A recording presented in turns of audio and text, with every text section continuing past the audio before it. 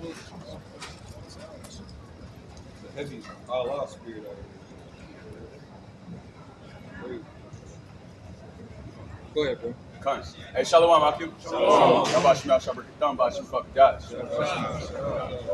My word of the week is seasons, and it's a noun. And how you say it in Bariyat is a month.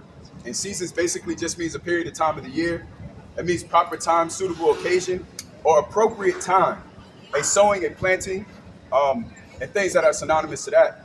And Baba Kashab, can you grab Job chapter 2, verse 10? Can you grab 1 Corinthians chapter 9, verse 25?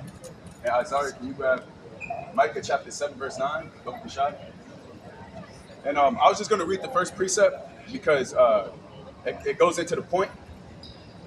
But this is Ecclesiastes chapter 3, verse 1. It says, to everything there is a season and a time to every purpose under the heaven.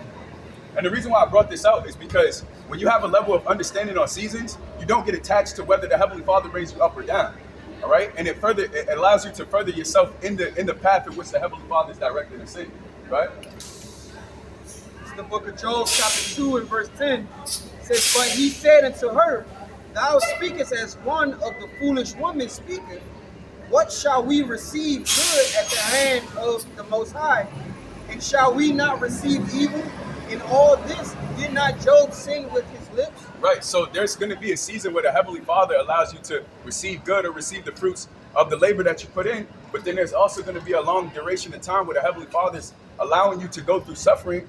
And it may seem like the Heavenly Father is not giving you aid or giving you help within that time of suffering. But we know that the scriptures say chastisement basically yielded forth the peaceable fruits of righteousness. So that's why it's necessary. And I gave the analogy earlier that when you're actively in the boxing ring fighting, that duration of time is always longer than the duration of time that you have a break. Okay? So you got to keep that in mind that the Heavenly Father, He's going to allow you to have a break from the trials and tribulations that you're going through. But primarily, we're here to fight. That's why the scriptures tell us to fight the good fight of faith. Right?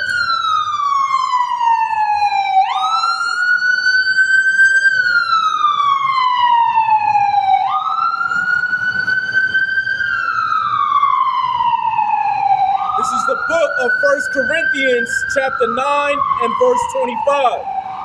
And every man that striveth for the mastery is temperate in all things. Now they do it to obtain a corruptible crown, but we an incorruptible. Right, and some of the notes that I have here are when you understand seasons, you remove emotions from misfortune or fortune that happens. The next note that I have is you have to be tranquil when the Heavenly Father brings you high and low. And Slam, can you repeat that? Salaki. Yeah, slowly. So some of the notes that I have are when you understand seasons, you remove emotions from misfortune and or fortune that could potentially happen.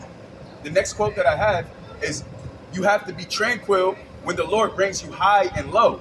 And then the last quote I have is be humble during the low and don't be proud during the times that you're up.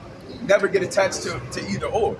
And the reason why we're not supposed to be attached to either or is because whether the Heavenly Father has us low, that doesn't define our character.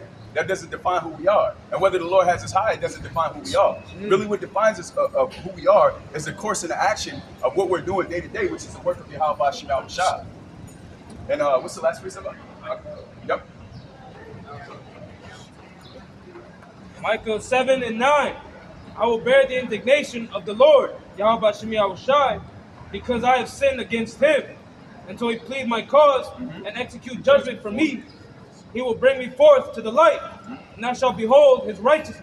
Right. So there's going to be a period of time, which we're undergoing right now, where we have to bear the indignation of the Heavenly Father, because essentially the Heavenly Father is putting us through that furnace for us to be purified. But at the end of the day, it says what? It says because I have sinned against him. So not only are we paying for our own sins, but also we're bearing the burden of the ministry up until the Heavenly Father gives us the glorification. Another quote that the Ra'ash Shema said earlier is that when the odds are against you, that there's higher compensation. Just like when you when you put a bet out, you're doing a parlay. When the odds are bigger, you get a higher compensation.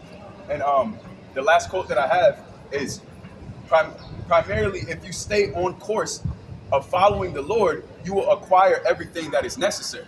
So despite whether you're up or down, you're high or low, the Heavenly Father is going to give you everything you need in order for you to succeed and to move forward if you stay on course.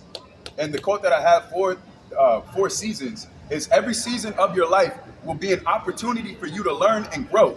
Don't celebrate the good without celebrating the bad, because they both work together to prepare you for the next season of your life. Shalom. What are y'all?